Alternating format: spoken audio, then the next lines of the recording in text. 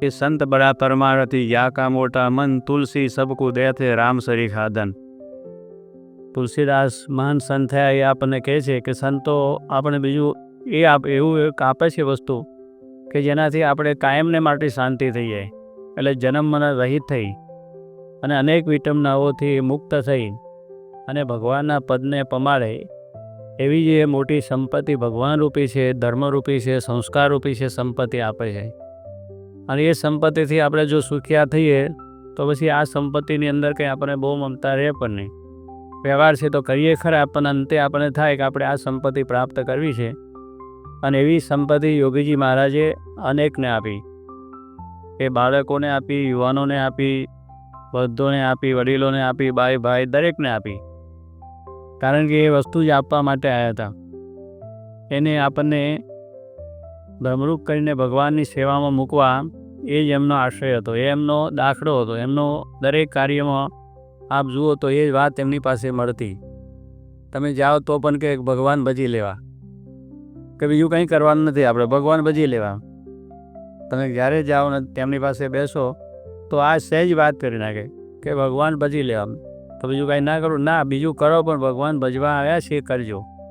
एटले एमना जीवमां जे संपत्ति हती ए ज वात हमेशा करता अने भगवान सर्वનું ભલું કરો આવી એક ઉદાર ભાવના એ આપણને બહુ ઓછું જોવા મળે, પણ એવા મહાન સંતોમાં આપણને જોવા મળે છે। યોગીજી મહારાજ તો એક મહાન સંત હતા જેને રાગ નહીં, દેશ નહીં, મારું નહીં, તારું નહીં, છળ નહીં, કપટ નહીં, પ્રપંચ નહીં, એકદમ પ્યોર સંતતાવાળા આમનો વાતો આપણે સિદ્ધેશ્વર સ્વામી કરીને બહુ નિખાલસ કે સભામાં પણ પોતાની વાત કરે। કોઈ એમના વિરુદ્ધમાં લખેલી કોઈ વસ્તુ આવે તો પણ સભામાં વંચાવે કે ગુરુ વાંચો આપણે।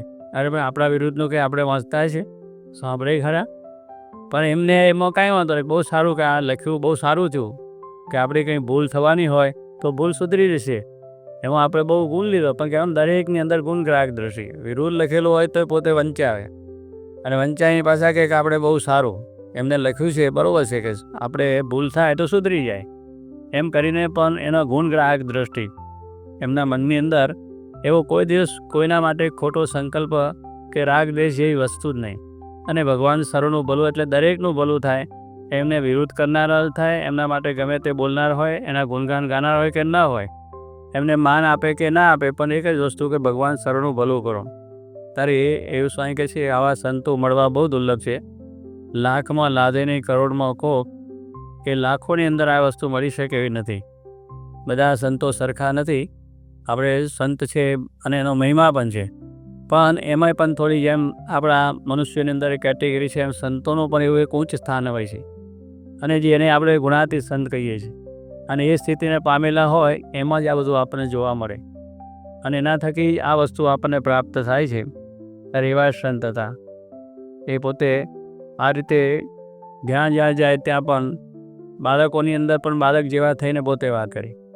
જ્યારે ગામડે ફરતા હોય ત્યારે પહેલાં તો પોતે માથે પોટલા લઈને ગામડે ફરતા, ગાડું વાયુ હોય ના તો કંઈ મોટરોની બહુ સગવડ નહીં આપણા દેશની અંદર, અને ગામડે વિચરણ હોય તો ગામના દૂરના રસ્તા હોય એટલે ગાડામાં જવાનું થાય, ગાડું ના આવે તો સ્ટેશનથી ચાલીને પણ જાય અને ગામમાં જઈને પછી ત્યાં સંધ્યા આરતી થાય, રાત્રે બેસે, પછી આવા બાળકોને બેસાડેલો।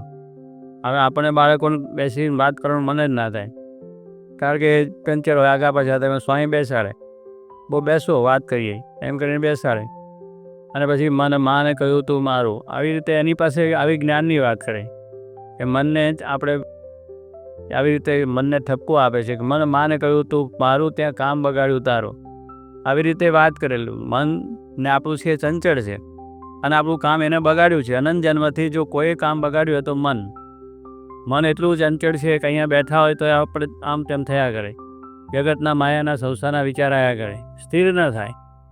એટલે એને સ્થિર કરવા માટે આવા સત્પુરુષો એ સ્થિર કરે કે એમ કરીને આપણને સભામાં વાત કરે કે ફલાણા ભાઈ ક્યાં ગયા હતા, આપણે કહેતા વિચારમાં જ હોય પણ એ તરત જ આપણને કે ક્યાં ગયા હતા, જરા જોકો એ જોકો આવી ગયું, એ જોક કહી ગયું, પણ એમની દ્રષ્ટિ બધા પર થઈ, આપણે જેને કોઈ નથી જોતા પણ એમની દ્રષ્ટિ ચારે બાજુ હોય, પણ આપણને થાય કે સ્વામી આપણને જોયા નથી, આપણને મળ્યા નથી, પછી દ્રષ્ટિથી બધે મળી લે અને ત્યાં આમ છેલ્લો બેઠો હોય ને તો કે જો જોકું આવ્યો, એટલે તરત એને આ જોકું આવ્યું સાચી વાત હોય, જોકામ ચાલ્યો ગયો હોય, અને કોઈક એમને આમ બેઠા હોય તો કે જો વિચારમાં ચાલ્યા ગયા, અહીં બેહો, અહીં ધ્યાન રાખો.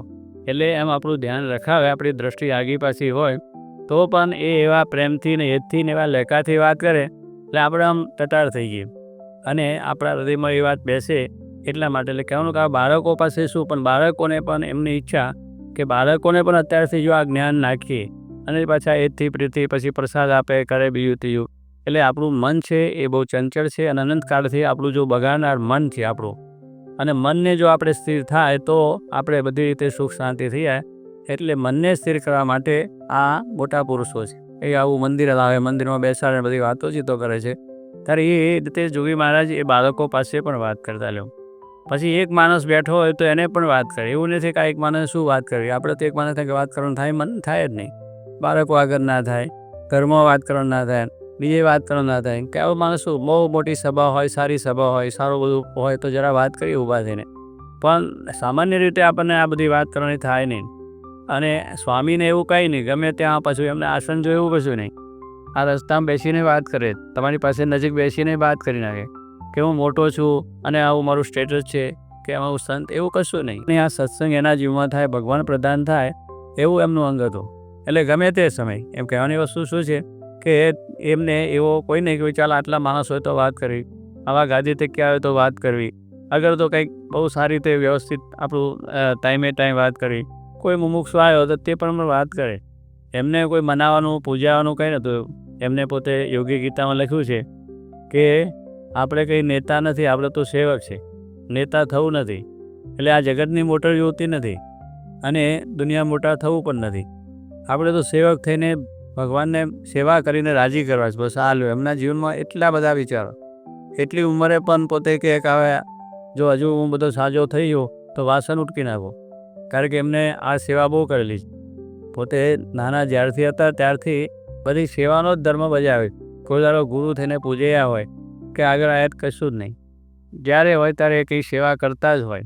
અને એ સેવા પછી નાના નહીં, આપણે જરા સ્ટેટસ આવ્યા પછી અને જરા આગળ વધ્યા પછી થોડા નાની સેવા કરવી તો શરમ આવે. અને એ રીતે થઈએ કે અહીંથી વાસણ ઉટકો હોય તો ઝાડુ મારવું તો વિચાર આવેલો, એમને એવું કંઈ નહીં વિચાર. એ પોતે ઝાડુ મારવા નાખે, ચોખ્ખો કરી નાખે, વાસણ કરવા નાખે. પહેલાં તો રસોઈ પણ પોતે કરતા, હરિભક્તોને જમાડતા, એના વાસણ પણ ઉટકતા અને ચોખ્ખો પણ કરતા. અને એમની પાછી ખબર રાખે, સવારે ઉઠીને એમને દાંતન આપવા જાય. હરિભક્તો વહેલા આવ્યા હોય ત્યાં તો બ્રશની વાત નથી, દાંતન જ હતું, પણ એ દાંતન વહેલા ઉઠી અને એમના ઉતારેજીને આપ્યા. ગરમ પાણી પણ આપ્યા કે કોઈ હરિભક્ત વ્રત હોય તો એને ગરમ પાણી જરૂર પડે તો આટલું પણ પોતે જાતે હરિભક્તોની સેવા થાય. સાધુ અને મહાત્માઓ અમે હોય, મહાત્મા તો એમ થાય કોઈ એની સેવા આપણાથી થાય, ગ્રસ્ત કહેવાય. એટલે એમ માનનારા પણ હોય છે સંતો.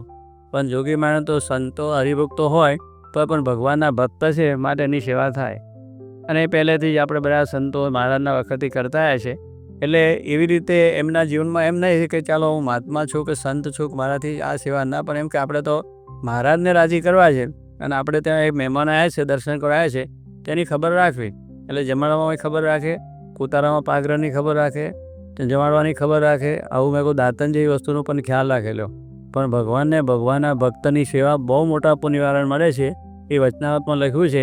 પણ જોગી મહારાજ એ વસ્તુને બરાબર અમલ કરેલો છે કે ભગવાનના ભક્તની સેવા બહુ મોટા પુનિવારણ છે. એટલે નાનો હોય કે મોટો હોય પણ એ વસ્તુ કરતા અને સેવા કરીને ભગવાનને રાજી કરીને કરતા અને હરિભક્તોને પણ રીતે થઈ ગયું.